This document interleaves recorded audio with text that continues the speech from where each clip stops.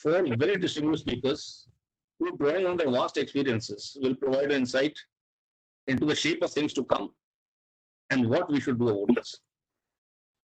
Gentlemen, we'll cover this webinar, uh, taking the countries as per their geographical location, starting from north to south. That is Afghanistan, Nepal, Myanmar, and Sri Lanka. On Afghanistan, we have Mr. Sunil Pant. He is a very keen Afghanistan watcher, and being Kabul-based, as also an independent director on the board of supervision of the Ghazanafar Bank in Afghanistan, has got tremendous, has got a good pulse, his hands are on the pulse of what's happening at various strata of the Afghan society. Next, we have Nepal. Nepal, we have Shri Ranjit Rai, a career diplomat who has been the Indian ambassador to Nepal. He is a keen Nepal watcher, continues to be a keen Nepal watcher, and very eminent voice in India's foreign relations. The Myanmar gentleman, we have Shri Shyam Saran. He also has a very, very accomplished personality. He is the former Foreign Secretary to Government of India, and besides holding various other independent important assignments, has also been a former ambassador to Myanmar. Lastly, we have Dr. Ghazanafar Bank speaking to us on Sri Lanka. Dr. Venkateshwaran is a former member of the National Security Advisory Board and presently heads the School of Foreign Affairs at Rashtriya Raksha University, Gandhinagar. Besides being a keen China lecturer, he is also a Kutikara Research Fellow with the Regional Center for Strategic Studies, Colombo. So, gentlemen, not wasting any more time, I now request Mr. Sunil Pant to kindly give us a perception of the shape of things presenting and to come as far as Afghanistan is concerned. Thank you, sir. Thank you, sir. And first of all, let me say what a privilege it is to be a part of such an eminent panel and to be participating in this discussion with so many knowledgeable people on board. Let me quickly get to the point. Afghanistan has had a very troubled history.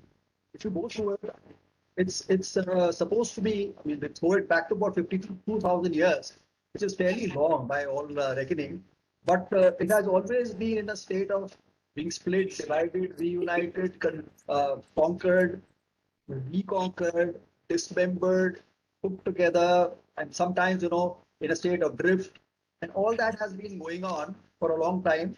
Plus, there has been a huge amount of intervention by outside powers who have tried to dominate that particular territory in view of the fact that it has a very strong strategic location, and it is almost, if you can say, on the road, on the maritime Silk Road, which the Chinese are dreaming of, on the Silk Road of the past, which Marco Polo traversed, and it has a lot of influence going into its old connections with Tajikistan, with Uzbekistan, with the earlier Turkic cities, countries that were there.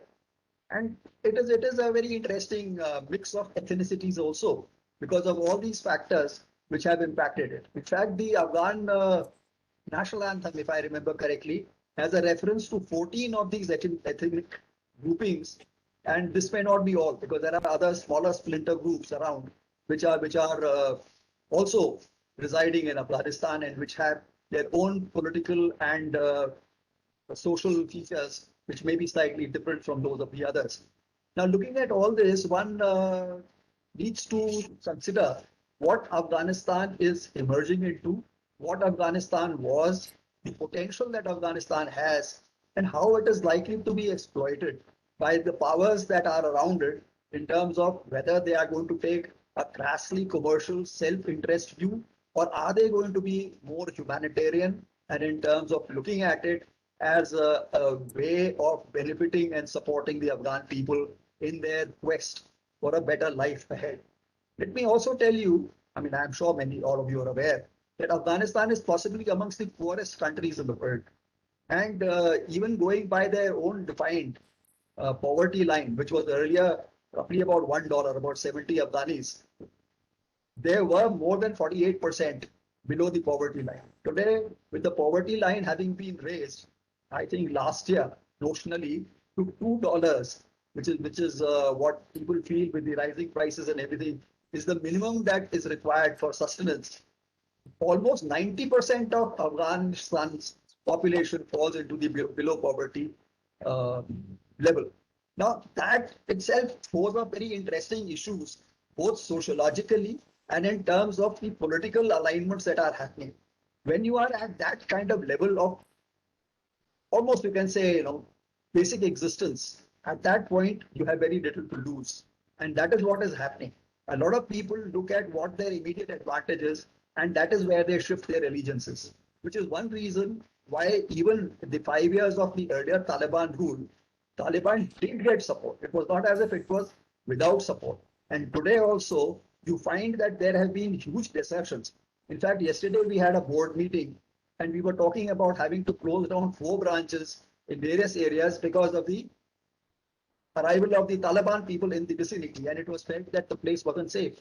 The army and the police were non-committal about what was to be done, and therefore we felt in the best interest of the bank to safeguard the cash, move the cash, and close down the branches because we didn't want people to be hurt in the cross-firing that could take place. Now, that is a difficult situation. Yesterday, again, late evening, I was talking to those people. We closed down our branch at Phule. Khumri is barely about 4 hours driving time from Kabul. And you can imagine, how close these people are coming. And therefore, it is getting more and more worrisome as time goes on. In fact, there was this report that was there, which said that in the month of May, it said 30 districts had fallen to the Taliban, and another 2 in the early part of June had fallen to Taliban. So about 32 districts had fallen to Taliban in barely about 5 weeks' time. And that is again a worrying situation. The other thing is that with the Americans walking away so suddenly and without having made any backup arrangements for all their supporters, for all their contractor groups, and for all the associates that they had who were depending upon a strong American presence to continue doing things that were required to be done by them, like the police and the lower rung of the armed forces, it has become very difficult to sustain those operations, which is one reason why today we find that people are melting away. In the last episode that was there, people just melted across the Tajik border. I think that was the day before yesterday, and there were very few people left to defend the post from the arrival of the or from the takeover by the Talibanis. So that is again something that we need to consider, that in the present situation where the country is impacted by COVID-19, which is also now taking a more virulent form, particularly in the cities where contagion is higher and higher death levels that are coming on that, with much weaker medical support facilities available. That is taking its own toll. And at the same time, there is also the situation. Sorry. There's also this problem that is coming up in terms of the political disturbance and the military conflict that is edging closer and closer to home. In fact, today, if you want to travel between cities, you will confront at least 4 to 5 Taliban roadblocks where people are being checked. And if they are seen to be from the government service, they are being moved away. They're being taken away from their vehicles or from their mode of transport. And they are being, well, I can just say moved away. Nobody knows where they're going. So that is again something. And the Taliban has given an open offer to all the paramilitary forces, to the police and to the army, that we have no direct engagement with you. We have no direct conflict with you. If you go away, we are there to support you, and we are going to overlook whatever you may have done in the past. Now that again is an inducement, and it is taking shape. The only strong fighting force that we see is the special forces that are there, but they are overstretched. And today, with the weakening of the Air Force, which was a very strong support measure for the Afghanistan forces, as a result of the withdrawal of the Americans, the withdrawal of their contractors, who are keeping the Air Force alive and going, there is likely to be some kind of a deterioration in the position. In fact, candidly speaking, I think the next 2 months are going to be critical because it is expected that by the maybe 5th, 4th of July, most or more, or not if most, maybe entirely, the NATO and the American forces will have moved out. Now, in this context, when there is a vacuum coming up, when there is so much of turmoil, when nobody is very certain about what the future holds, and we are not very certain about what the economy holds. In fact, in the last couple of weeks, the Afghani has lost value from something like 76 to 77 Afghani to a dollar to close to 80 Afghani to a dollar yesterday. So that again is an indicator of how things are deteriorating, both in terms of the economic activity, in terms of the inflows that were supporting the dollar, and the fact that people are anticipating that with the moving away of the Americans and the NATO forces, the dollar inflow, which is very important for the Afghani economy, is going to get squeezed. It may be worth mentioning here that almost about 60% of the Afghan GDP is supported by inflows. So that is something that one has to keep in mind in case this has to be maintained. Now, come to the role of China, and after that, it will shortly a very brief talk about the role of India. Or rather, I'll put it the other way. Let me talk about India first. Now, there has been some attempt by India to try and see what they can do to make sense of this situation. Let me put it very candidly, because the situation is so rapidly changing. There's so much of flux that it is difficult to be able to make any predictions or make any projections which you can validly expect to hold after maybe a few months. So it's a very fluid situation where people are trying to see what is the best that can be got out of it depending upon what their interests are. India has repeatedly stated that their interest lies in an Afghan-owned and an Afghan-led process, which will be beneficial for the people of Afghanistan. These are strong words, but implementing these also requires some kind of a backup and a support. That one is not very sure whether it is available or not. And even though on the 9th of May and 9th of June and on the 15th of June, the External Affairs Minister transited through Qatar and apparently had discussions with Mr. Zalmay Khalilzad. Yeah, they are sort of not publicized so much, but they say it was there. The Qatari minister said it was there. And they have tried to open a line to the Taliban factions. But again, let's look at it. Taliban is not a monolith. It's got its own factions. So apart from the Haqqani faction, which is today the strongest because of its backing from the Pakistanis, if you look at the other factions, you also have Mullah Bardar. Now, Mullah Bardar was the person who actually also signed off on this accord that was there between Taliban and the US. But he was also one of the founders of this movement. Though he was arrested by Pakistan in 2010 because he was trying to negotiate maybe a more sensible way out of the impasse that was there with the president of Afghanistan. So he was incarcerated and was released only in 2018. So 8 years he was not available, but he's back now and they're trying to work it out. The Northern Alliance, which used to be one of the mainstays of our strength, is today just a shadow of its old self, with Ahmad Shah Massoud not being there. But his son is in, and I believe Mr. Mullah Bardar is trying to support his rise in the echelons of Taliban. But it needs to be seen how much space others would concede for him to go up. The other factor also is that you have the ISIS lurking on the sidelines. Now that again is going to create its own issues because they will be people who with their Islamist agenda are going to be pushing for a certain kind of Islamic orientation in what happens now. And meanwhile, though the US have been very keen that the Taliban forsake its links with Al-Qaeda, that has not really happened. So all these are together in one box, though with their own internal differences. At this moment, they are on an upswing because of the gains that they are making in terms of the geographies and territories. Their objective seems to be to capture as much as they can before they get down to final negotiations in terms of what the composition and the shape of the government would be. Though again, in the US, in the UN declaration and the discussions that were there, it was very clearly pointed out by all parties, including Russia and China, that they would not really support an Emirates, Islamic Emirates in Afghanistan.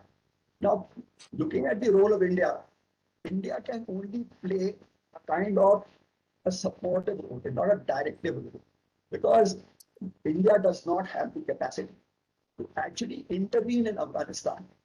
We do not have a land border with them or an access point through which we can move troops and equipment to this place, to Afghanistan, and try and intervene physically. So our intervention is basically going to be in the nature of what is it that we can persuade these people. Indians are good at persuading. That's something I've seen firsthand in a lot of places. But it is not going to be easy because these people have very definite targets for themselves. The other factor also is that even though Russia and China have talked about the narcotics trade, narcotics today are in the range of about 10% of the GDP. And much of this money is being taken by the Taliban. So it is to be seen whether any of the warlords or people who control fiefdoms out there will be willing to forego this kind of a revenue as they go forward. And that is again going to be a conflict here. India can only bring in training. India can bring in support by way of services. India can bring in support by way of assisting in infrastructure development. But at this moment, these seem to be secondary objectives of the upcoming forces. At this moment, the primary focus of these forces seems to be in capturing, in holding territory, physical, tangible assets to be able to bargain. I was, as I said, discussing with the people in the bank yesterday, and what I understand is that there is a level of, I will not say demoralization yet, but there is a level of dismay at the quick withdrawal that the Americans have done, and they are feeling abandoned. So that is a feeling which can be exploited. That can be exploited now coming to the role of China. That is a feeling that could be exploited by China if it is willing to come in that measure. But I don't think the Chinese are ready for that because till some times ago, they were very happy criticizing the Americans for their continued stay in Afghanistan without really expecting them to go. They probably felt that the Americans are not going to be in a position to leave Afghanistan very soon and very easily. So they felt that they would be there. There would be a convenient whipping boy, and they could blame them for many things while they built up their own circuits and built up their own centers of influence within Afghanistan. But with the Americans suddenly walking out, one thought would be that this seems to be a very drastic kind of diplomatic initiative where they've thrown everything back at the Chinese. Now the Chinese are in a bit of a fix because even though China had made a lot of promises over the last 10 years or so, they have not fulfilled any. Look at the mining contract that they took, which was for the iron mines, Mess Iron Mines, which was supposed to be a huge revenue generator for Afghanistan. They really scratched the surface there. They complain that their people have been intimidated by the Taliban and a lot of other factors, including the lack of logistics and the lack of infrastructure for this. But the fact remains nothing much has happened despite 10 years. They had talked about investments, but they have remained more in the nature of promises. But the Chinese have this capacity to influence top leadership. I saw that when I was handling Africa. We had opened a rep office in Luanda at the request of OAGC because we felt that with the liberation of Luanda and with the kind of goodwill that we enjoyed out there, we would be having some kind of first recourse to their oil and to their other resources. But then the Chinese just moved in, and the Chinese had the funds to pay them, and there it was. We were suddenly left high and dry. We had a rep office which we could not convert into a branch, and that was that. The Chinese were able to take in all the oil, and that's where it was. It has happened in a lot of other places. People familiar with Africa will know that in a lot of areas where we actually had historical goodwill, we've not been able to convert that into business opportunities. Now, that is something that we need to consider here also. With the Chinese are going to be as influential as they have been there. There were stories at that time of, and I'm saying that generally, with not to be quoted says that they have an overseas corporation, Chinese overseas corporation in Hong Kong, which is tasked with keeping the leaders happy. So maybe that's the way it works. Looking at it from another angle, China is also worried that in case this becomes an Islamic state and the Taliban acquires more than its share of influence and power, it is going to directly impact their problem that they have with some of their minorities. And there are ethnic connections between them. So that is something else that they are worried about. And in terms of how that could be controlled, because till about 10 years ago, you may probably remember that there were certain instances of extreme ethnic violence that took place in those regions. So that is something else that China is worried about. And therefore, China can neither leave the Afghans to themselves, nor can they take them on because it is too much of an involvement. It has too many pitfalls and it requires a very strong sense of balance and forward movement. That is one. The second is having got Iran to support them and to move in more into their camp because of the availability of funds and the fact that they are one of the probably the only country that can stand up to an extent to the United States. So to that extent, Iran is looking at China. And China has already offered them a huge amount of loan and at very concessional rates in the sense that it is spread out over 25 years and with repayment in energy supplies. China is looking at extending the CPEC, the BRI, through Afghanistan into Iran. And that again is something that the Chinese would be looking at. One more factor is that in case they are able to do that and firm up their tie-up, then you have got Iran on their side, Pakistan on their side. So Afghanistan is sandwiched between the two. And given the composition, the religious composition also, even though the Hazaras, who are slightly more close to the Iranians, and if you look at the Shias, who are also obviously more close to the Iranians, the fact remains that with 80% of their population being Sunni, they are able to use the Pakistan and other angles to be able to control it. The only fly in the ointment would be Saudi Arabia, because there are also interests that Saudi Arabia has in trying to prevent a complete runover of the Middle East by the Shia forces. So we are likely to see a huge amount of political turbulence, diplomatic turbulence in this area in the coming years. And it just remains to be seen which side the toast is going to fall, the buttered side or the unbuttered side. So that is something that we need to be watching. India again has its own issues because, as I said, it cannot directly intervene. Yet it has a tremendous investment. We've already put in about $3 billion. We've also made a commitment to finance the Shatur Dam, which is going to supply water and resources for 22 million inhabitants of an energy-starved, water-starved city like Kabul. But there again, there will be issues with Pakistan, which is already protesting. In fact, Pakistan has repeatedly said in the last few weeks that India has a presence in Afghanistan, which is not warranted by the distance it has from the Afghan borders. So that again is a pitch that they are building on, so that in case there is a friendly government that comes in, they're able to build on this pitch and see if Indian influence in Afghanistan can be curbed.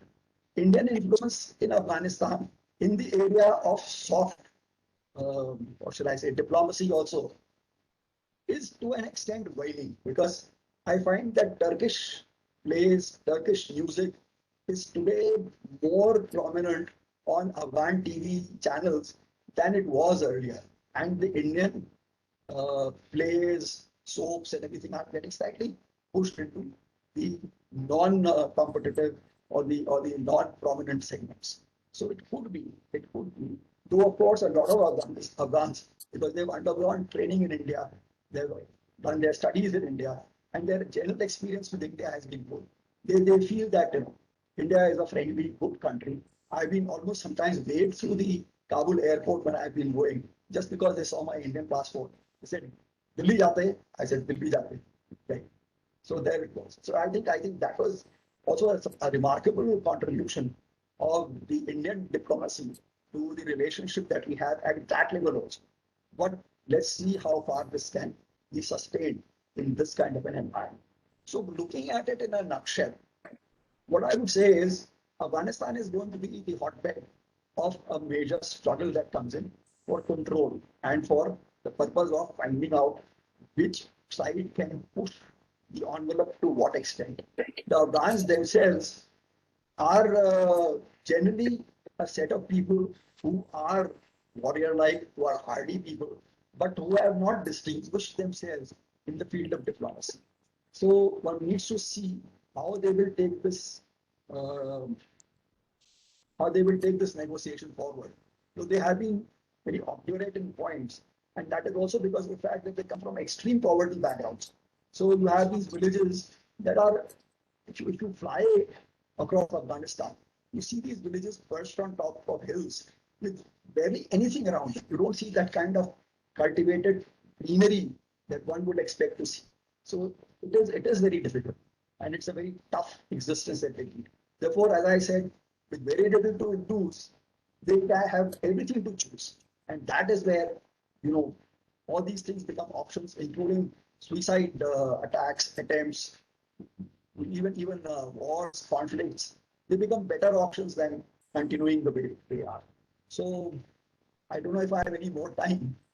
No, you don't have. No, So please conclude.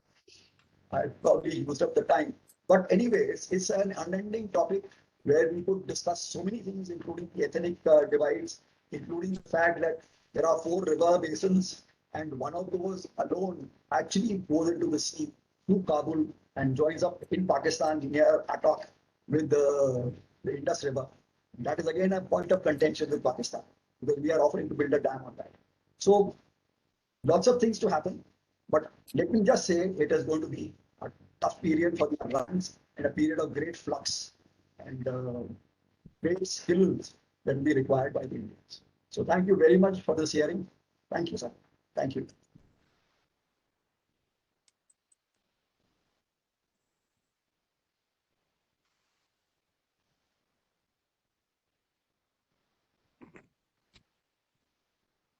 Thank you very much. It was a very illuminating exposition. And now I call upon Sri Ranjit Rai to give us his views about Nepal.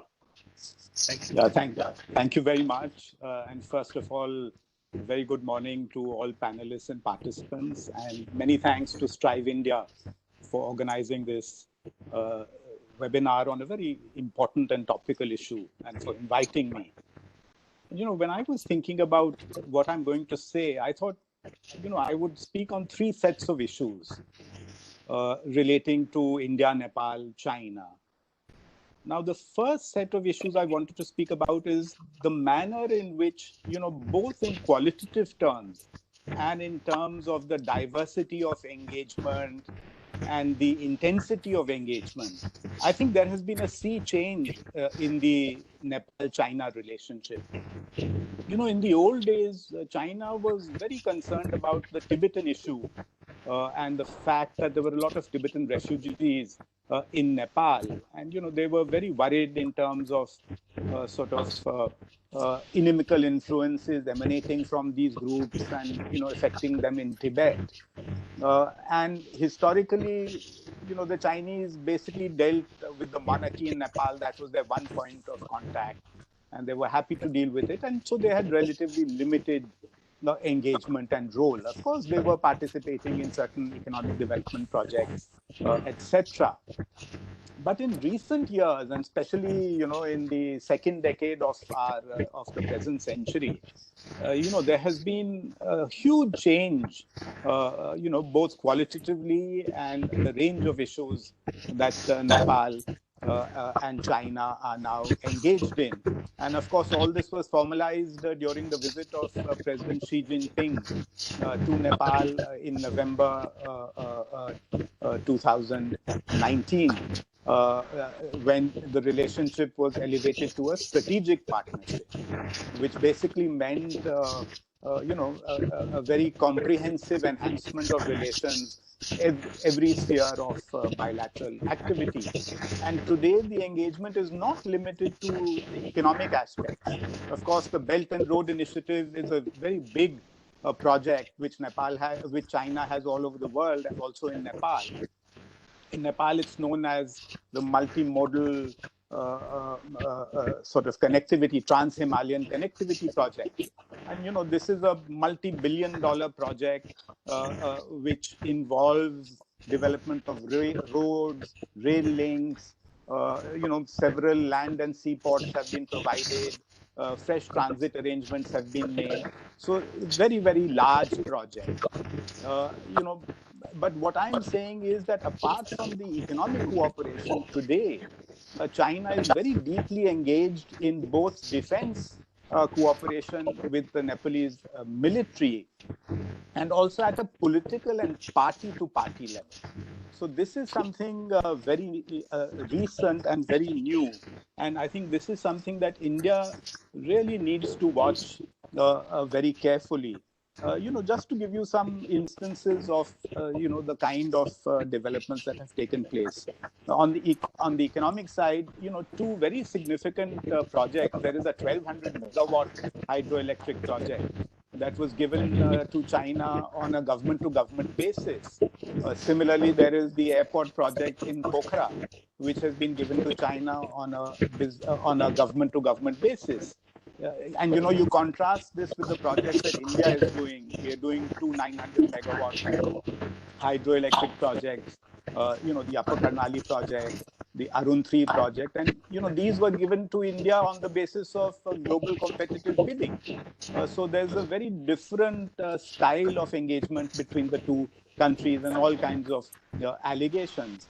And secondly, even in projects where China is offering assistance to Nepal, the terms and conditions on which this assistance is offered are generally poorer than what India offers. For instance, on our lines of credit, we offer a 1% rate of interest, whereas China offers 2%. But despite that, I think China has made, significant inroads, in terms of the economic activities. On defense cooperation, for instance, I don't recall in recent memory, and you're all generals, many of you are from the, all of you are from the armed forces. I don't recall in recent memory any visit by the Indian Minister of Defense to Nepal. We've had visits of the Chinese Minister of Defense to Nepal, and we now have joint military exercises between China and Nepal. This is something that the Nepalese army used to do only with India. So I think this is also one aspect, that we need to, we really need to keep in mind. But it's really the political relationship, I think, that we also need to look at very carefully. As you know, there is an ascendance of the communists in Nepal. And the Chinese have been very actively engaged in trying to unify all the communist forces in Nepal and to make them into a dominant communist force. And they have established very strong party-to-party links between the Chinese Communist Party and the, erstwhile Nepalese Communist Party.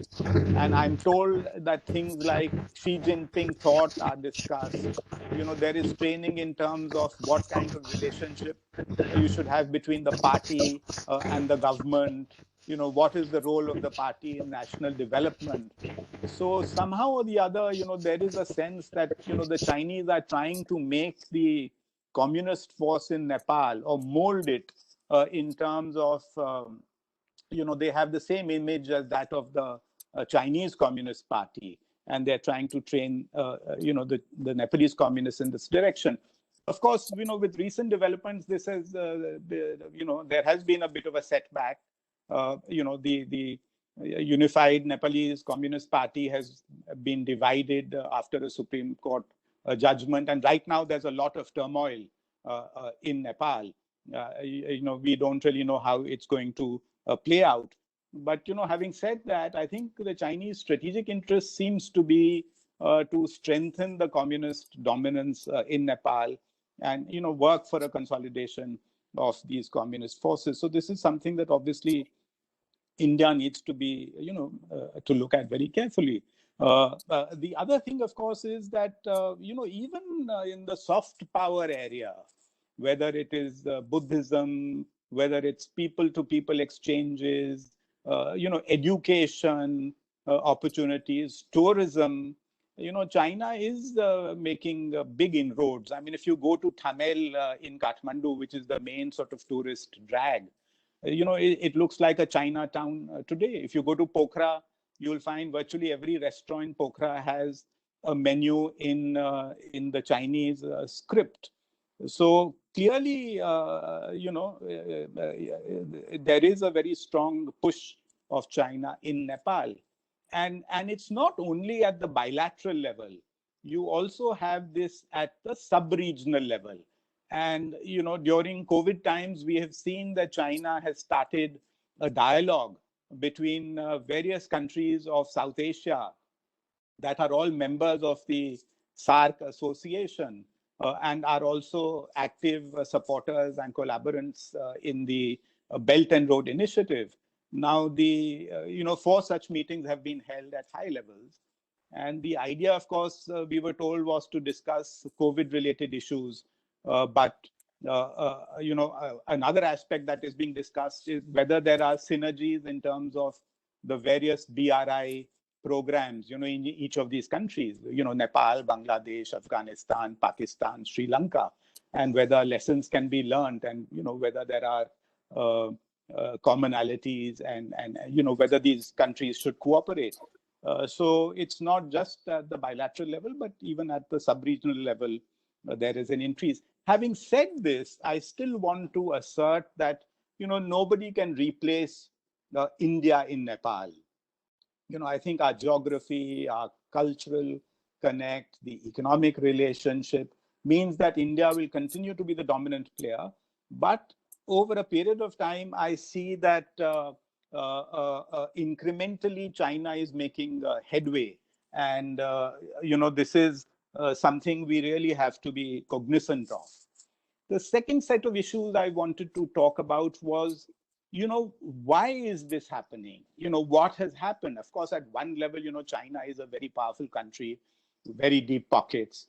They are, increasing and expanding their footprint all over the world. So sorry And for obviously, they will do that sorry for in interrupting. Could you kindly conclude, please? In South Asia.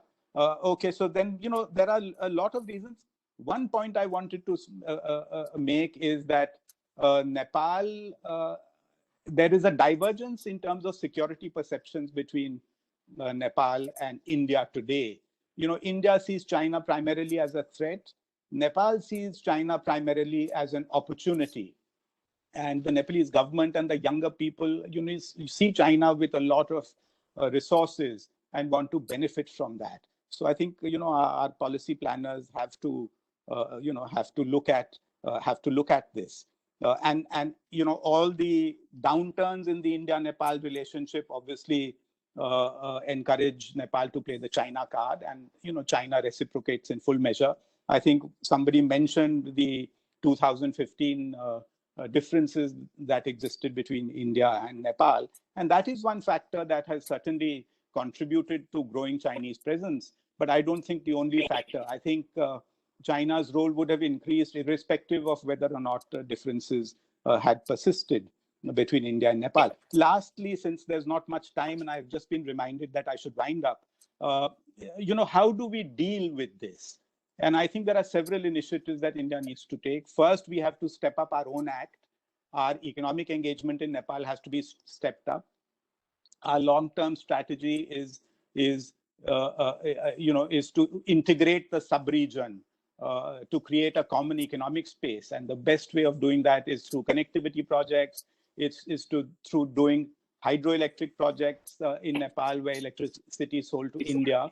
It's also to bring in like-minded countries to help us in achieving this strategic objective of economic integration. We can't do all projects ourselves. We don't have the resources. We should get in partners who will help us in this. Secondly, there's huge complaints in, that Indian implementation is very poor.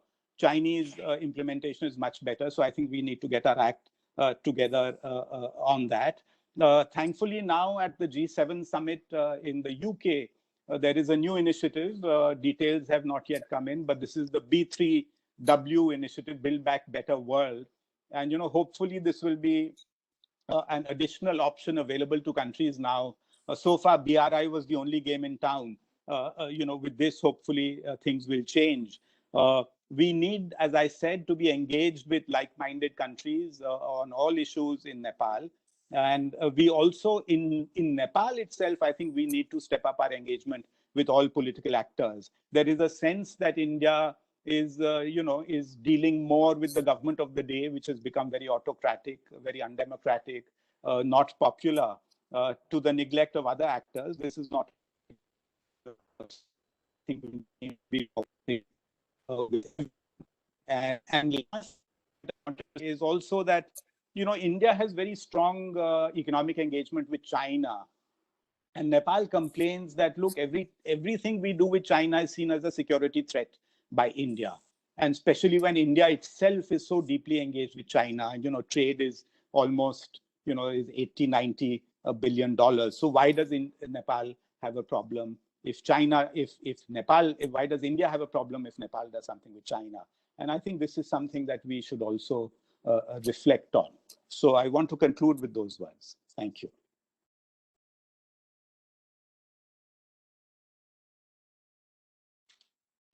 Thank you very much, sir. Now I call upon Sri Shyam Saran to talk on Myanmar. Thank you, sir. Thank you. Thank you very much. And like my fellow panelists, may I express my very deep gratitude to Strive India for inviting me to join this very distinguished panel to discuss India's neighborhood and in particular the challenge of China with regard to our neighborhood policy.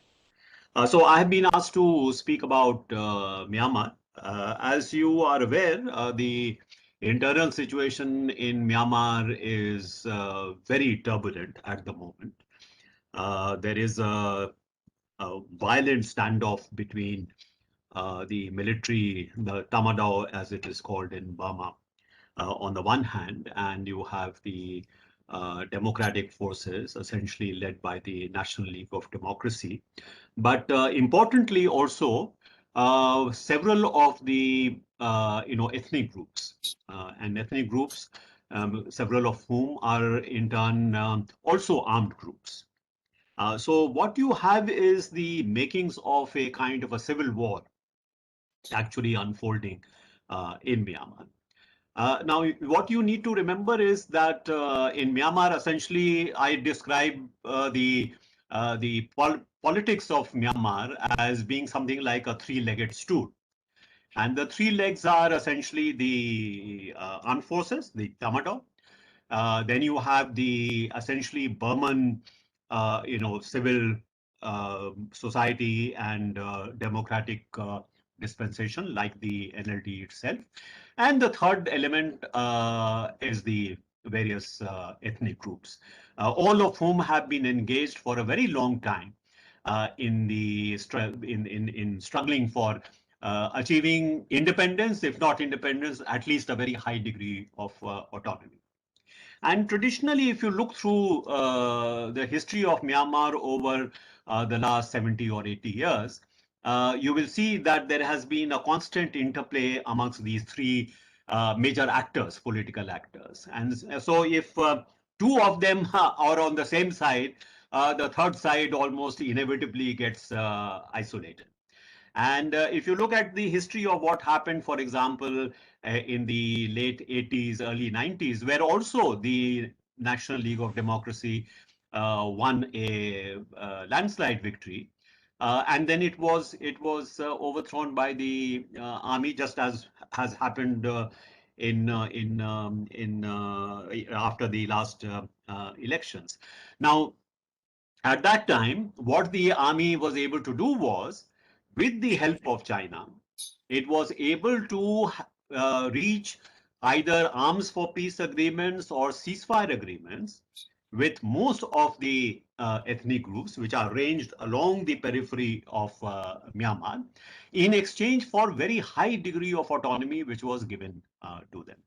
And many of these ethnic groups, particularly those who are on the border with China, actually established very profitable, economic and commercial links with China across the border. And they don't want to give it up, quite obviously. Now, what has changed this time, which might lead to a different outcome, possibly, is that large number of these ethnic groups are today, in fact, working in alliance with the Burman Democratic Forces. So the ethnic groups which have traditionally been very suspicious of the Burman majority and have been always very skeptical about the willingness of the Burman majority to actually allow a kind of a truly federal setup. On this occasion, with the exception of 2 or 3 ethnic groups which are very closely allied to China, you have the United Wa Army, you have the Kokhans. These are the ethnic groups which are very close to China and who have benefited a great deal from cross-border economic and commercial linkages with China. They have, kept out of this kind of a incipient civil war. But several of the other ethnic groups not only are working together with the NLD and the civilian groups, but they are also engaged in an armed struggle. I mean, because they have arms, they have weapons. And the latest information is that even some of the groups which are essentially together with the National League of Democracy, they have also been acquiring arms. And just a few days ago, you might have heard that there was a major clash in the town of Mandalay. And a lot of violence took place, a lot of shooting took place. It seems that even some of the the Myanmar security forces were also affected.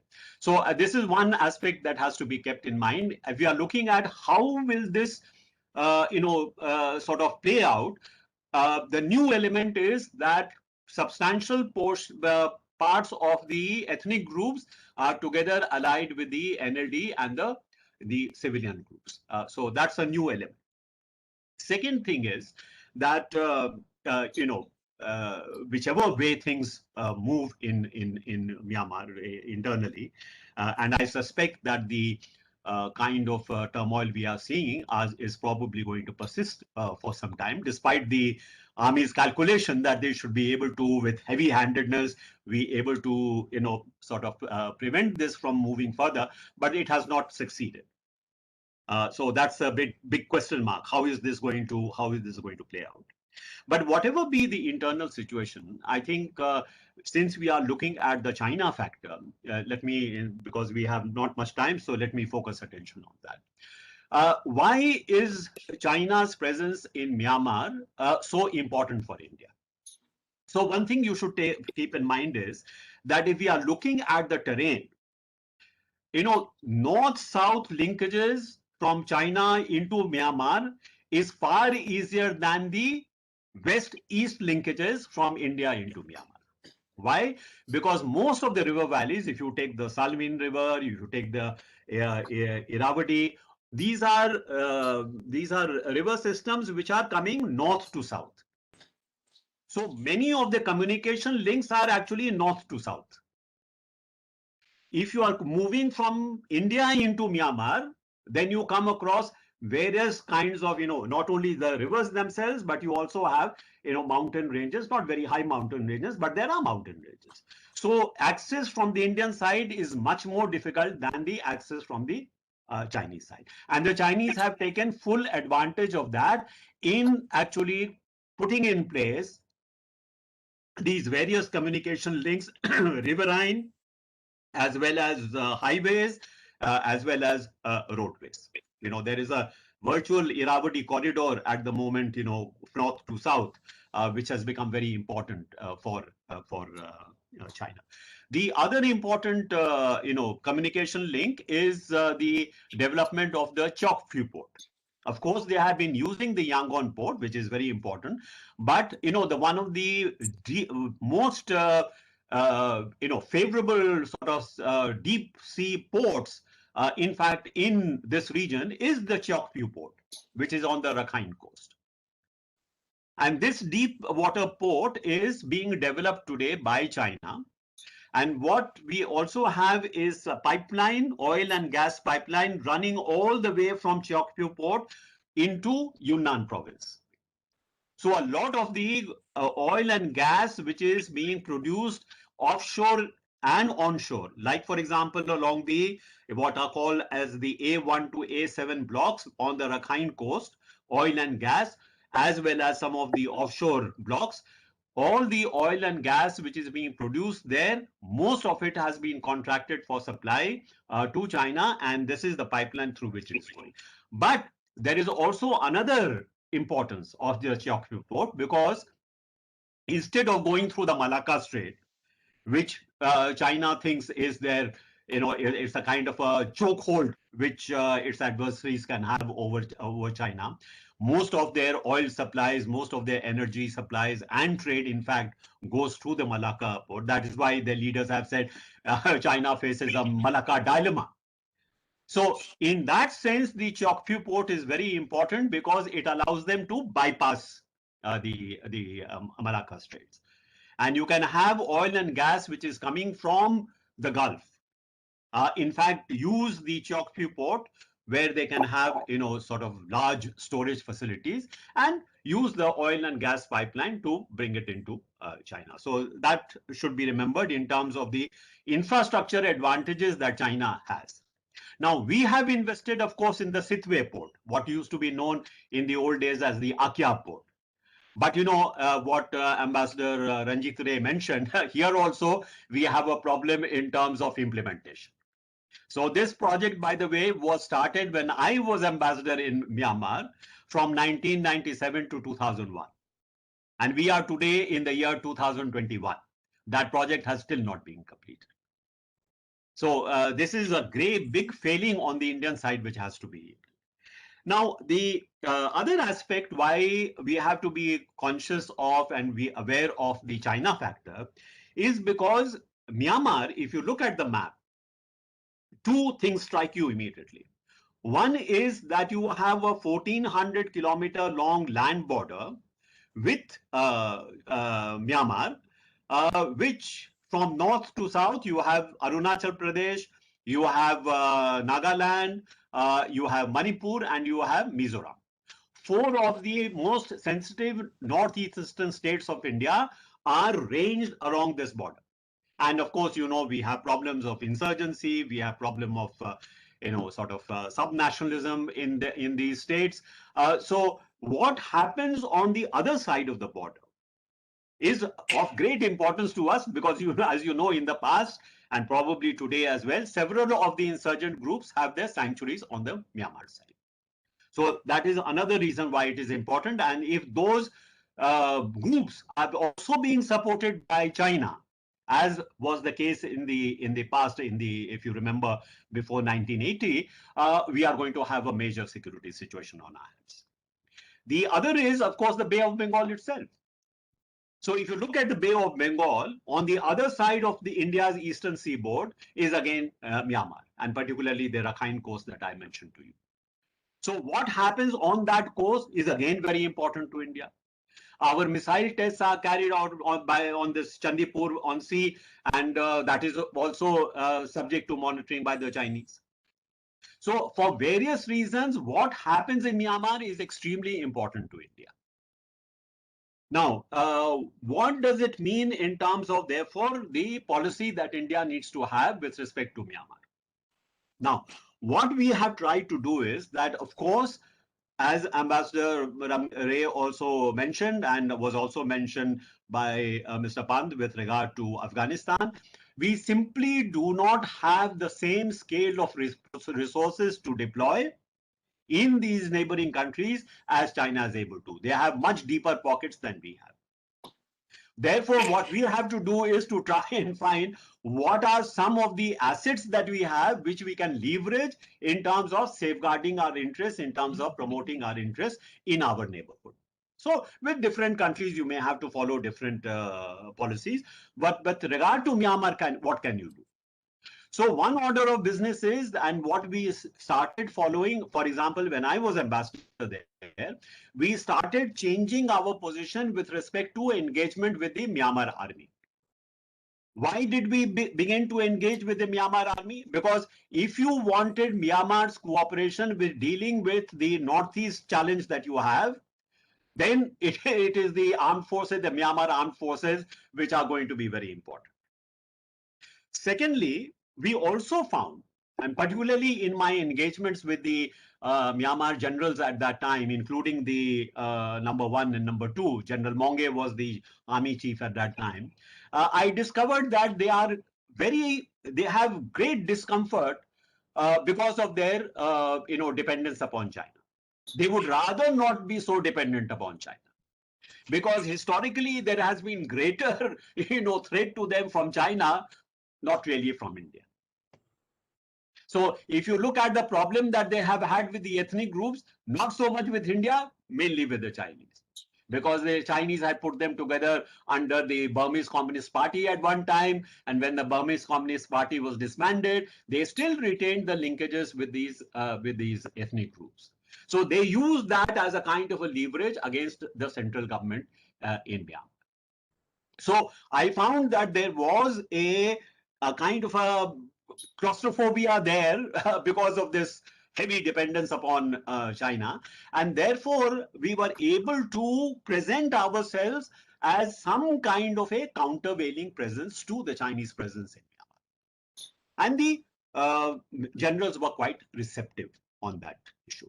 So the first lesson that I draw is, even though it may cause us a lot of discomfort, and maybe some of our other partners, particularly Western partners, may not be very happy with this, but we have to retain our strong engagement with the Myanmar army, because in terms of our own interests, having that engagement with the Myanmar army is very important.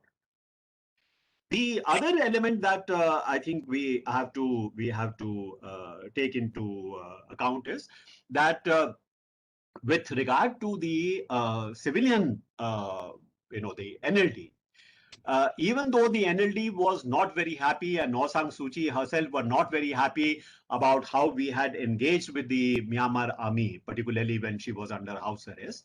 Afterwards, when some kind of a compromise had been worked out between the NLD and the army, which now has broken down, we were careful to engage both the NLD as well as the Myanmar army. We kept our linkages with the Myanmar army intact. Now, at this time, I don't think that we can take a openly sort of partisan position with regard to either supporting the Myanmar army or the NLD. We have to play this very carefully. So as you have seen at the UN, we abstained on the vote with regard to Myanmar. And I think that was an appropriate decision. Conclude. Yeah. The other element is that with respect to how we can sort of encourage the reconciliation process, I think we have taken the stand that perhaps the best agency to do this is the ASEAN countries, because Myanmar is an ASEAN country, and we have fully supported their initiative in trying to bring about some kind of a political compromise. Of course, this is going to be a difficult exercise because, as I said, I mean, China is, whether we like it or not, one of the most influential countries. But we have over the years built up some equities in Myanmar, which we can leverage in order to try and see that we remain an important presence in that and influence in that country, because having that influence is very important. Thank you very much for your attention. Thank you very much, sir. As always, you have been brutally frank in your views, especially stating the fact that we cannot disregard or discard the military junta or the army in Myanmar. Thank you, sir. Now I call upon Dr. Lokanathan Vishwanath Venkateswaran to kindly give his views on Sri Lanka. Thank you. Good afternoon to the members of the Strive think tank community, and particularly to General Chaturvedi, General Dushyant, as well as Colonel Nilesh and Colonel R.P. Singh, who've been in touch, for inviting me and allowing me this opportunity to share the dais or the panel with such distinguished personalities. Just a minor sort of correction. When Colonel Nilesh introduced me, I was with the National Security Council Secretariat for about 6 odd years, and not with the NSAB. Of course, Ambassador Saran was the chairman of the previous board, so it is very appropriate that I must make this minor correction for the larger audience. Also, how I thought I'll approach this particular topic was largely to focus, our discussion has been centered around China's intentions in South Asia, and more specifically in these 4 countries, and what are the implications for us, and what then could be the response therein, particularly in regard to the 4 countries and the larger region. I think it will be very important for us to actually look at or probably emphasize on the larger context of this engagement, increasing engagement of China in not just in Sri Lanka, but in the other countries also. I think there are 2 dimensions that become very important for our consideration when we assess this. One is that, like any rising power, China, led by a very ambitious, strong leadership in Xi Jinping, it is but natural for them to expand their outreach, particularly in its extended neighborhood. So the point that I want to make is that I think for a more realistic assessment, China's engagements in our neighborhood is not just only connected to either restraining or containing India, but also a natural expansion of its ambitions and its capabilities. And this was established very early during Xi Jinping's reign in 2013, when he had taken over all the 3 powerful positions in the party, in the country, and the army through the peripheral diplomacy initiative. Where this development, that is the Chinese engagement in South Asia as well as in Sri Lanka, raises concerns, is that our own relationship with China has been historically complicated. The current concern that we have with the asymmetric power structure, especially when it comes to military and financial as well as economic domains, as well as the increasingly competitive aspirational future of both countries. I think both countries, it's very well acknowledged that they have similar problems. There is unequal internal development. There are challenges over energy, food security, environmental security. Both countries have rising global aspirations. So we must place the entire engagement of China with Sri Lanka as well as with other countries within this perspective. The concern is not just, I think, on India's side. While the Chinese may not be very apprehensive about India's capability to challenge them on the military front or on the economic front or on the financial front, I think there is a concern in Chinese strategic circles about India's ability to deter or slow down or complicate China's growing influence, particularly in South Asia and the surrounding region. And I think this concern becomes elevated, particularly on China's Belt and Road Initiative. So the concerns that we see with China's engagements in Sri Lanka or in other countries are all offshoots of this dimension. The second dimension that I would like to focus on is that we must acknowledge that our natural advantage in our immediate neighborhood has somehow withered away, and we could have reinforced more strongly some of our own contributions over the years, particularly to the people in our neighborhood, in the neighborhood countries. Unfortunately, we focused on a strategy with these countries only when challenges appear to have emerged.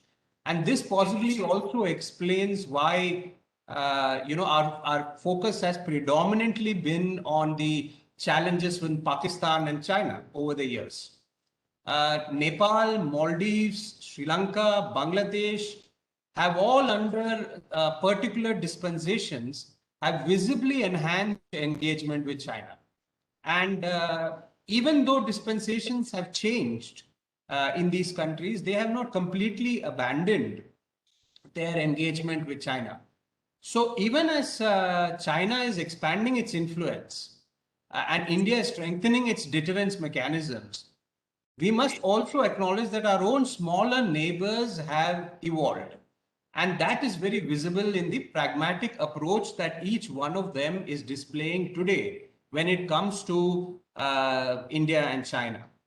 So in this context, one of the first key takeaways that I would like to highlight, and possibly to the leadership of the Strive think tank for future discussion, since the country has not been included here, is that if we look at the natural advantage today, possibly Bhutan is the most important neighboring state for us, because I don't think we've still lost that natural advantage.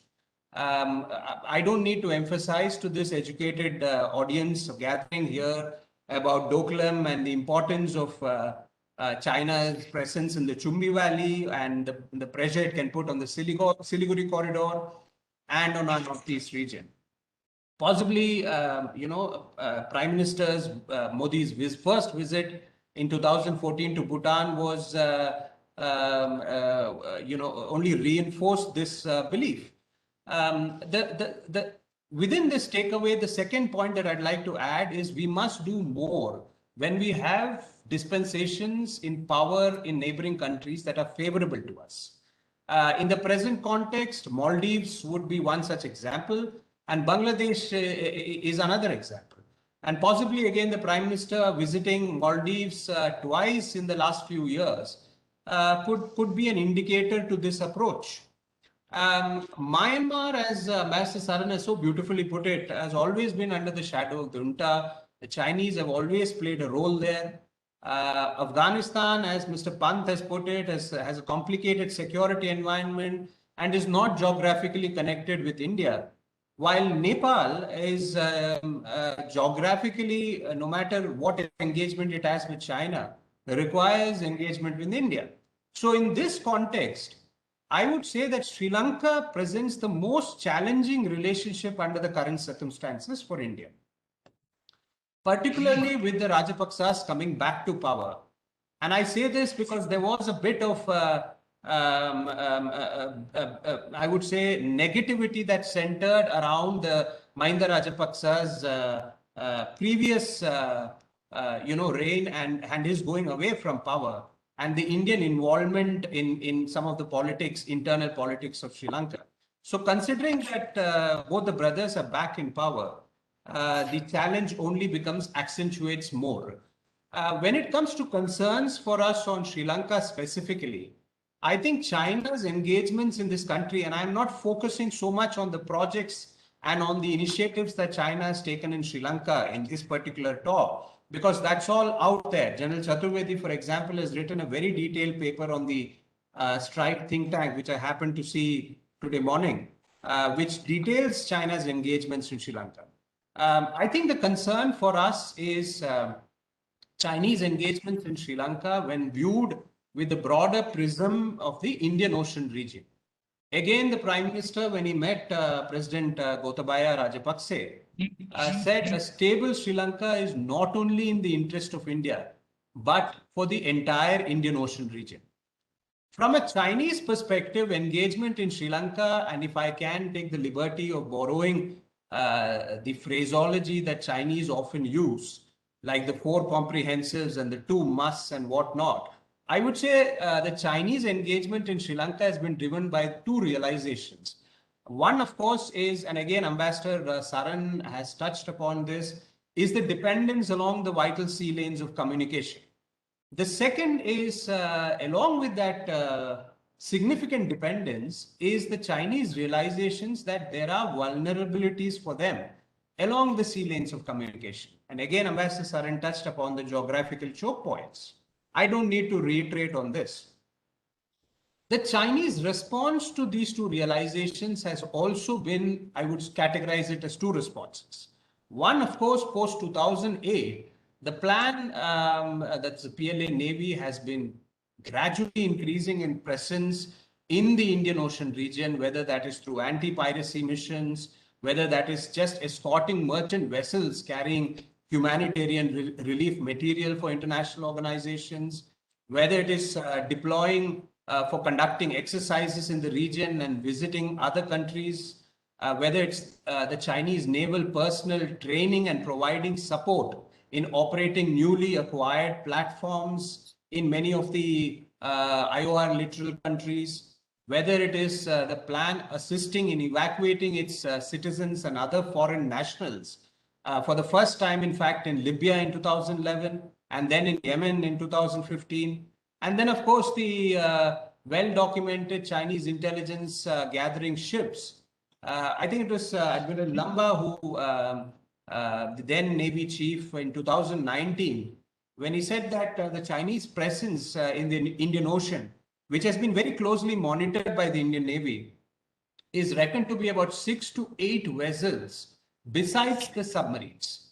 So one response has been the gradual increase in presence in the IOR itself. And the second has been to diversify the connectivity options through the Belt and Road Initiative. Of course, the land dimension of the Belt and Road Initiative has become complicated, and nothing signifies this more. Nothing signifies these concerns better than what the Chinese are currently facing with CPEC and some of the security challenges that exist there.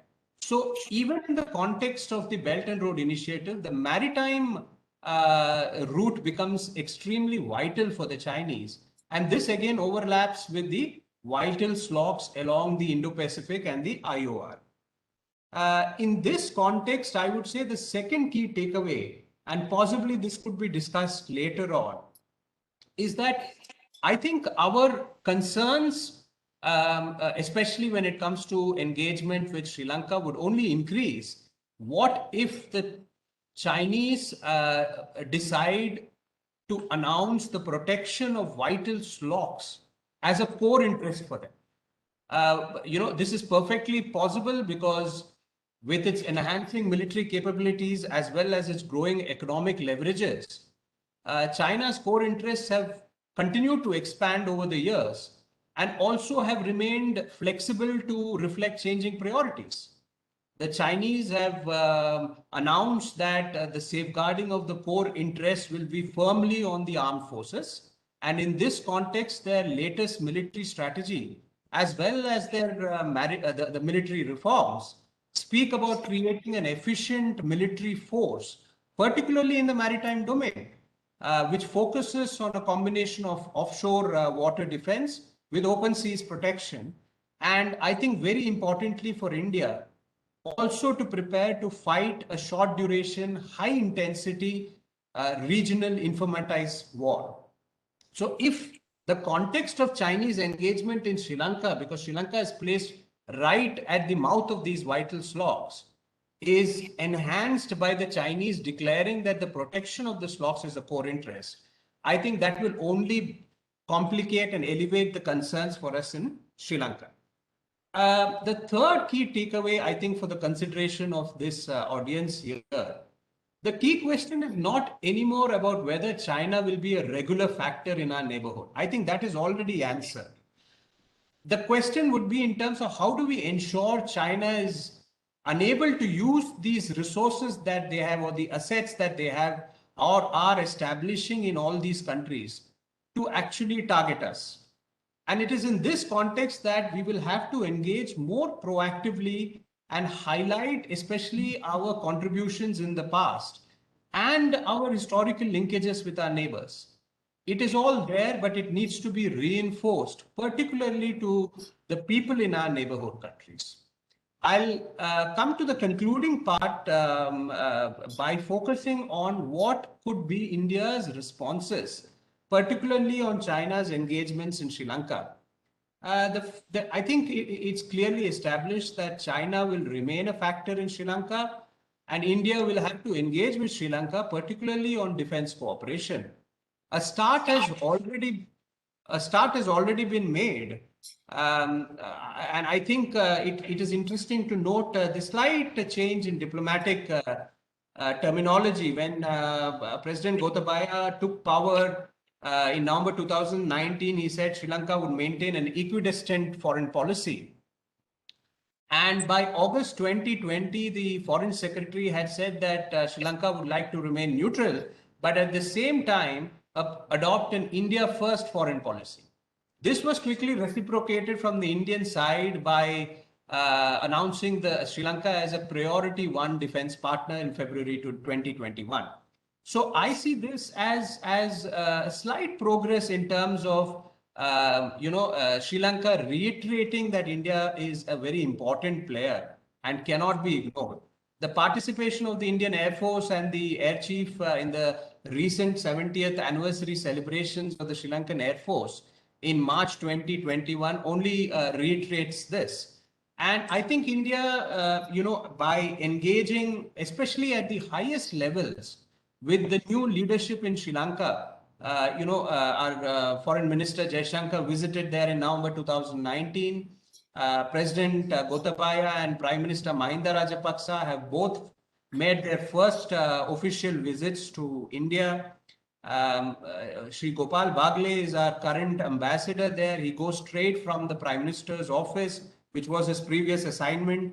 He took over in February 2020. All reflects very clearly India's concerns and priorities when it comes to China's engagements in Sri Lanka. Our NSA visited in November 2020, and the trilateral maritime cooperation with Maldives, which happened last in 2014, was revived, and the maritime security agreement was upgraded to a maritime and security agreement, which encompasses all aspects of trilateral security. And I think now with the Maritime Security Secretariat also being established in Colombo, that gives fair significance to the role that Sri Lanka is expected to play in this trilateral cooperation mechanism.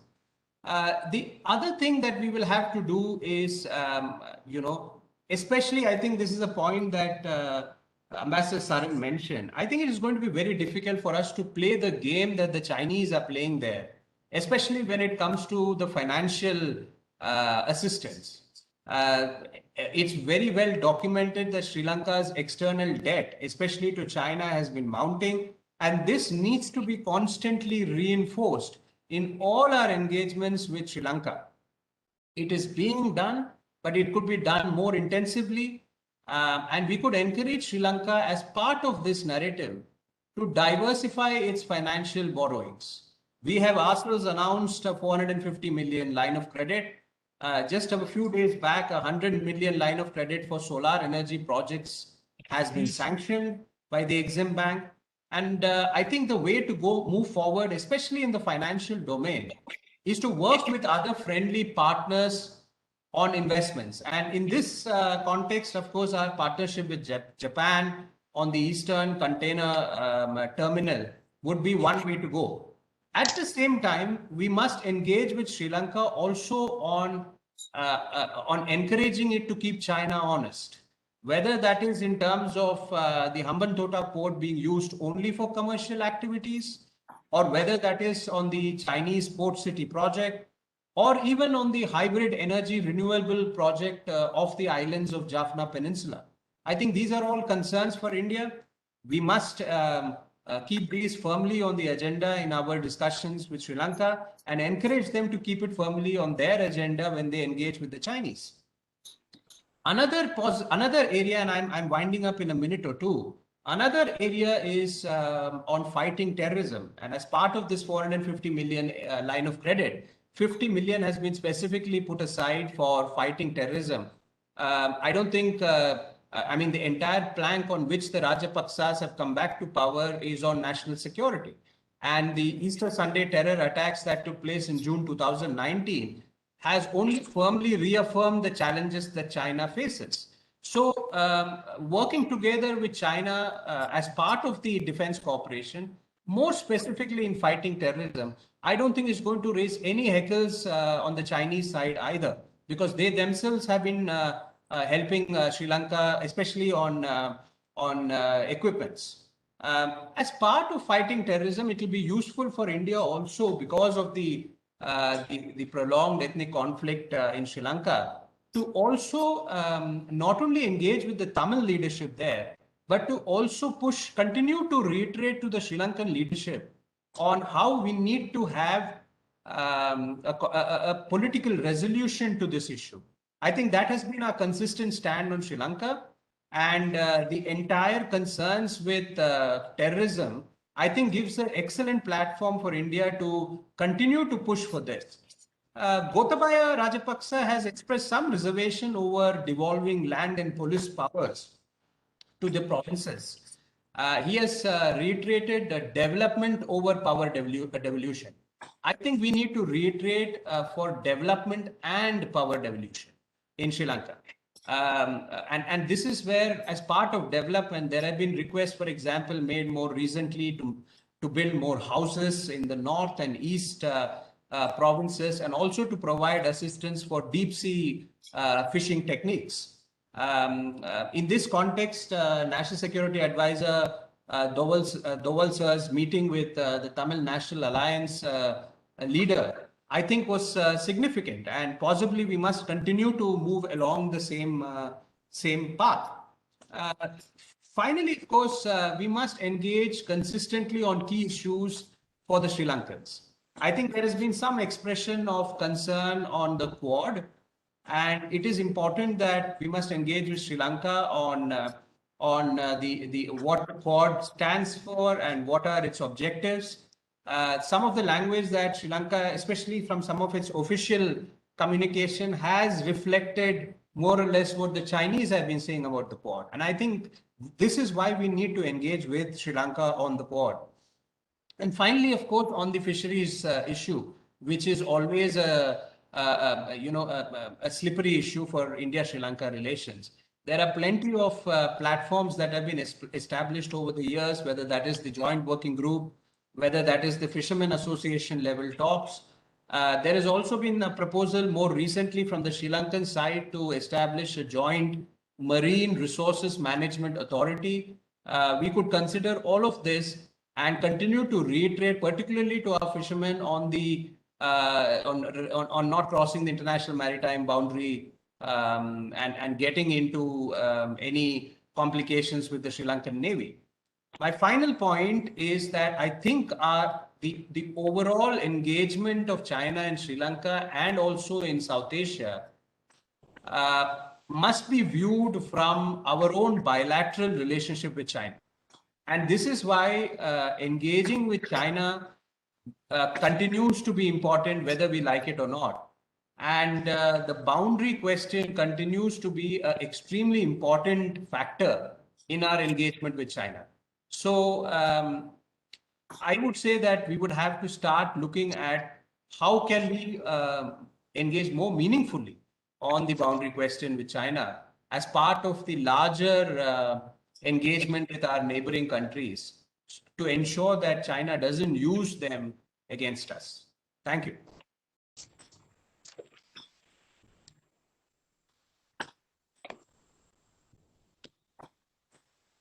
Thank you very much. We now go in for a question and answer session. We have a large number of questions, but however, since time is at a premium, I will restrict them to only a few I'll take on. I would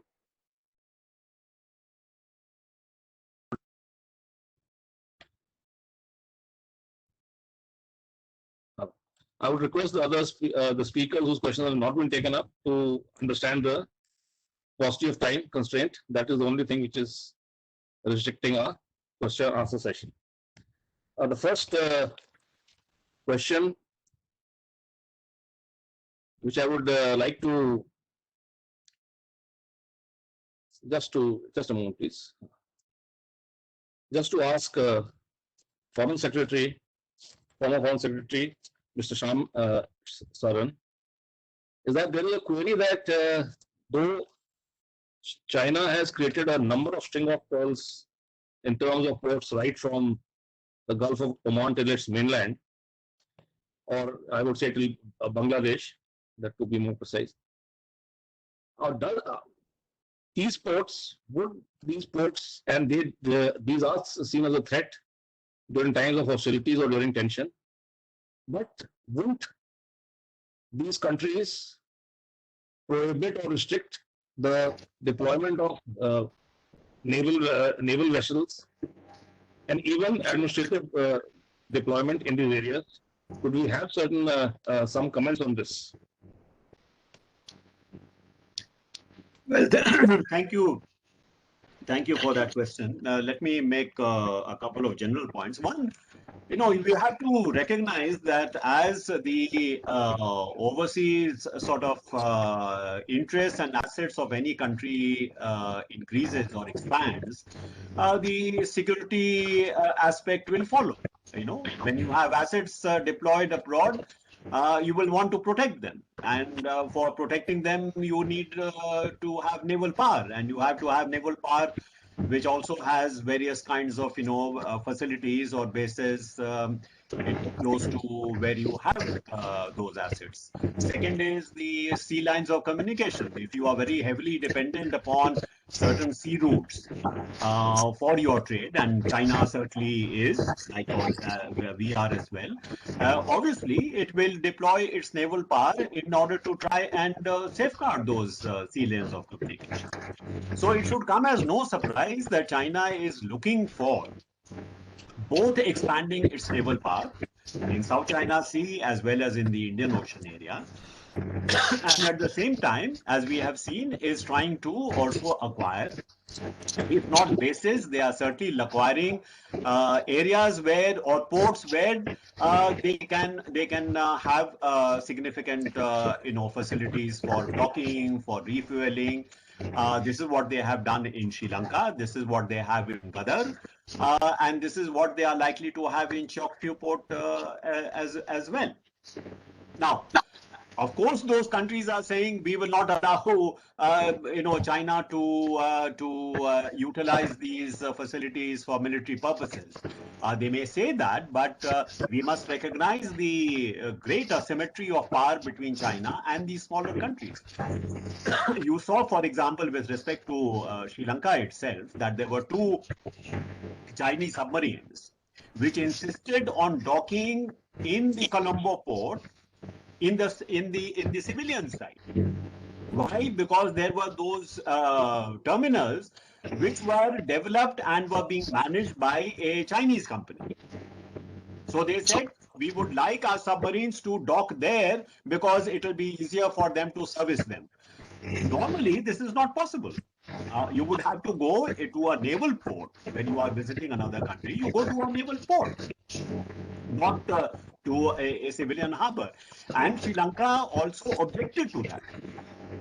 The Sri Lankan authorities told the Chinese that they would not like the submarines to go to the civilian area, that they should go to the naval base. The Chinese insisted and actually carried the day. Why? Because they are much more influential. So I don't think we should take assurance from the fact that merely because those countries are saying that we will not allow China's military use of these facilities, that cannot be taken for granted. So when there are economic interests involved, you will have, in fact, security interests involved. There is no fine dividing line what is purely commercial and purely security. So that's what my answer is. Thank you very much, sir. The next question I would like to ask Dr. Lokanath Venkateshwar. This is that now that China has established itself firmly in the area, Andaman and Nicobar Islands, they become vulnerable to the extent that vulnerable and also, like was brought out during the talk, they may become redundant. But talking about the vulnerability point, what, considering the asymmetry of forces or naval power, what other means can we adopt to ensure that we are able to deal with this asymmetrical situation?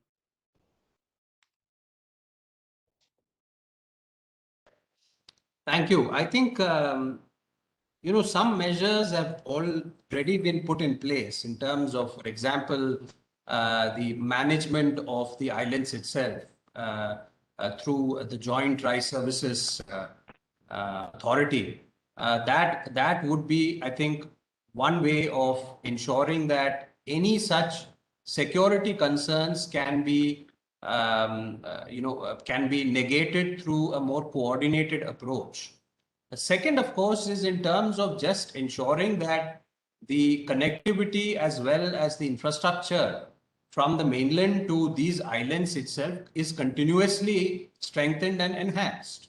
I think these two measures would in many ways help us in terms of keeping a close watch on what the Chinese are doing in the region, as well as ensuring that we can react proactively before the challenge becomes fairly significant. I think our own capabilities are at this stage for deterrence is quite strong because traditionally the Indian Navy and its presence in IOR has been fairly well established. The Chinese plan is being strengthened. It's the more weaker link of its military, and that the Chinese recognize. So in that context, there is no clear, significant direct threat at the moment. But because of the presence of the Chinese in and around the region, that threat will always remain. And in that context, I think our own focus on these islands would be very, very important. And we need to continuously engage and strengthen our own capabilities there to ensure that there is no threat to the Andaman and Nicobar Islands. Thank you very much. Gentlemen, now the last question. This is exactly not what we were discussing, but since we have with us Mr. Sunil Pant, who is from Ground Zero, the question has been asked that Mullah Yaqub, who is the leader of the Quetta Shera and is heading the ideological front of the Taliban, now he is being opposed time and again by Siraj Haqqani, and the who has support.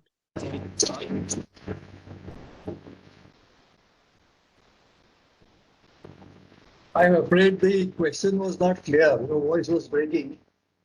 Can you? I presume the question was addressed to me because I could hear my name somewhere in between. But, Nilesh, can you repeat the question, please? Yes, please.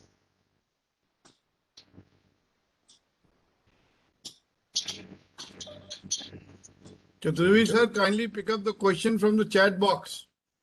Okay. Which one is this? India has not been able to. Last question in the chat box. It Last is question, last question. probably it means that is division of Afghanistan a solution being considered in several talks? Your views? All right, fine. It has been talked about, but I don't think it is something that is seriously contemplated.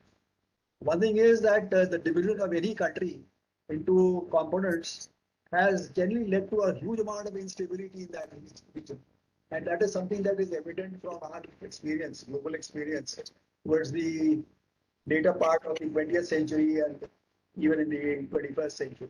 There are a lot of unending violence that happens because of unresolved issues. Last week, of course, Armenia and Azerbaijan.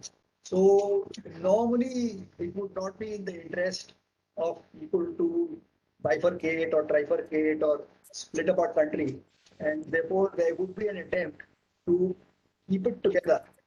The other factor also is that within this dispensation that you have, the significant population groups, the ethnic groups, would be the Persian Afghans, which is the Dari speaking group, and the Pashtun speaking group, the Pashto speaking group, which are the Pashtuns. Pashtuns obviously are a significant majority, but then there are also the other ethnics who would feel threatened in case there was supposed to be something done which is blatantly Pashtun oriented. So you have this kind of a situation, and I think as of this moment, this would not come up unless the other powers that are there would like to play a role in the division that takes place. As it is, Russia is playing a fairly passive role in this for the present, though they have significant military resources in some of the neighboring countries. China is still, I think, to finally decide on what its stance is going to be, given the fact that I think they've been caught slightly on the wrong foot by the rapid withdrawal of the American and NATO forces. And obviously, apart from these two, Pakistan may not be able to sustain any such activity and would not want a division of Afghanistan because of the impact it would have upon its own ethnicities and its own internal geographies. So I think for the present, this will probably remain an issue of academic interest, but may not really see the light of the day. Thank you. One question to Ambassador Ranjit Ray. With the increasing footprints of China in Nepal, not only in the Kathmandu Valley, but increasing influence in even in Madesh area. Thank you very this much. is Gentlemen, I'm sorry, there was a slight glitch. that Not savvy. Nilesh, hold on. Then is it going to how is it going to impact the central sector, which is very vital for India? Can you throw some light on this?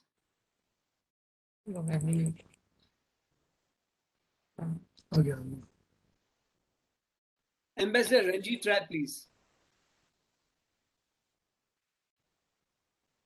Yeah, thank you. No, there is a lot happening in the central sector. You know, there is a big boundary dispute between India and Nepal, and Nepal has exaggerated claims in that area. And, you know, news has come in also of a road parallel to the Dharchula-Lipulrek road on our side, a parallel road from the Nepalese Dharchula to Tinker Pass on the Tibet border is being built. So certainly, you know, there are certain strategic implications of this, and you know, there will be easy access through Tinker Pass for the Chinese and the Nepalese.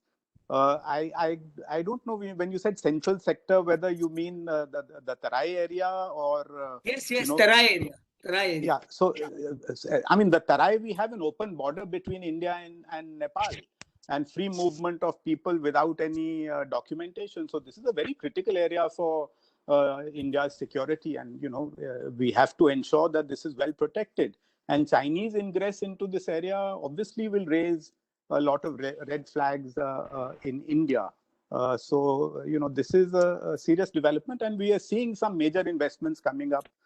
You know, in Eastern Tarai in particular, which is the area of the present Prime Minister of Nepal. So I think, you know, this is something that obviously causes concern and has to be dealt with. Thank you. Nilesh, over to you. Thank you very much, sir. Gentlemen, with this we come to the end of our webinar, the discussion part, in which I would like to thank all the speakers for having taken out their time and given us a very, you see, I'll say exclusive insight into the issues which though we have been reading about, but weren't exactly very clear. As I said before, we were lucky that we were able to get people who have been at ground zero speaking on the subject on which they are masters. And thank you all very much, sir. And I apologize to Dr. Venkateshwaran for having, not having erroneously mentioned his qualifications, but do believe me, sir, that all of you are so well qualified that it would take entire webinar if I were to cover the entire fact. Anyway, that in the lighter vein, I hand you over now to our officiating chairman, Major General AK Chaturvedi, for giving his concluding remarks. Thank you, sir. Thank you, Nilesh. Gentlemen, you all will agree that it was a very exciting morning and very say informed presentations and say talks by all the four esteemed speakers. I, on behalf of Team Strive, would like to thank each one of them from bottom of my heart and on behalf of the entire team.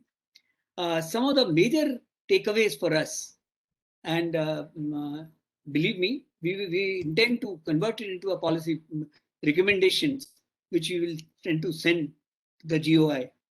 Some of the issues which say were very significant when it was mentioned that China is trying to outreach rather than contain India. I think that's a very significant statement, and that itself changes the complete discourse, and we need to take note of it.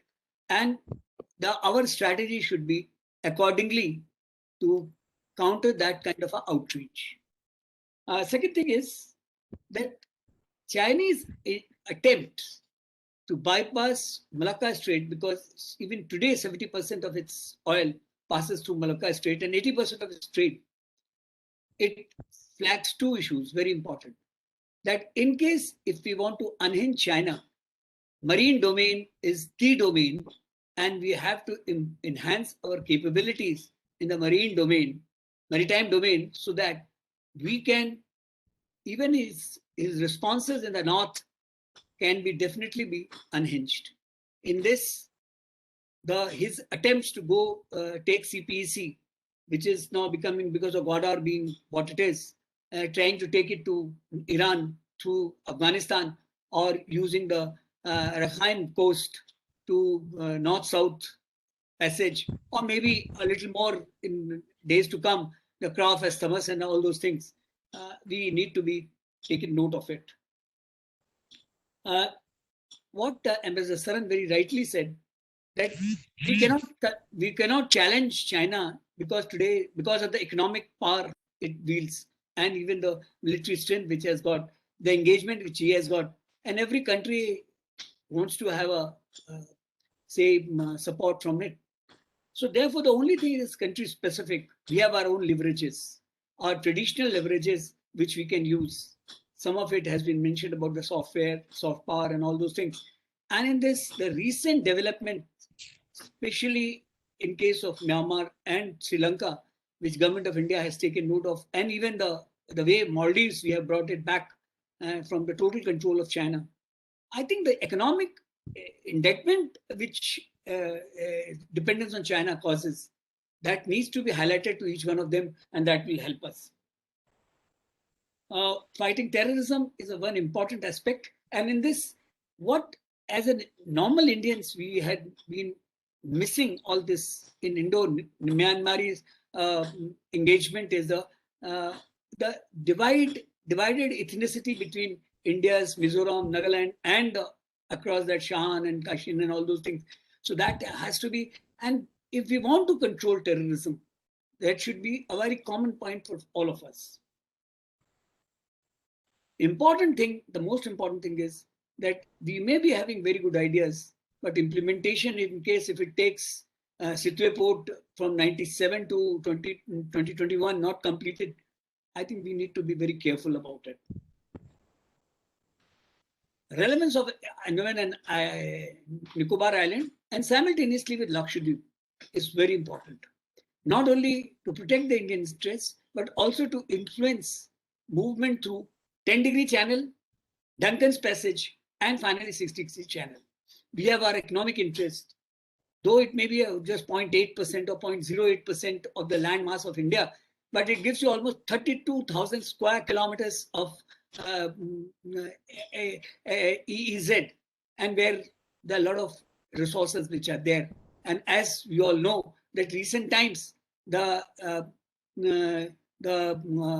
power which is being generated from the differential of the warm waters of Indian Ocean and the mixed fisheries will be a very important aspect. The point which is made that commercial strengths and strategic interest cannot be divorced, and which was quite evident in when the two submarines docked. So we need to be careful, and we need to develop our, the whole thing hinges on one thing, that India has to become economically stronger and stronger. So we need to look at within ourselves to enhance our economic strength, our engagement with our neighbors, that the colonial mindset which we were carrying all these years, that they were smaller neighbors and who we can act as hegemon with them, that needs to be shed. The relationship has to be based on transparency, equity, and a capacity to help them. I think Afghanistan is a live example of that. Despite all this, even as Mr. Pant said, that there are groups in Taliban who are prepared to engage with India. After all, the Zaranj-Dalaram road, when we made, unlike other countries, we involved the locals. In Salma Dam, we involved the locals. Pure Khumri to Kabul, the power line which we generated, we involved the locals. And all that helped us to generate a goodwill. And we need to leverage that. Finally, presence of China in Nepal is a matter of very, very deep concern. Imagine, in case if Gorakhpur or Badrinath Dham is threatened, what would happen? So therefore, Nepal cannot be taken very lightly. We need to engage more with Nepal, and our traditional relationships need to be enhanced. Now, all is left for me is to thank my speakers, which had been very, very good. I also would like to thank all the participants for showing the patience and listening, and the very incisive questions they have raised. Some of the questions only we could take, but please note, we have taken all these questions and which we will try to answer through these our very eminent panelists. We'll get their views on this. And I also would like to thank my entire team Strive, who have worked very hard to make this webinar successful. Thank you.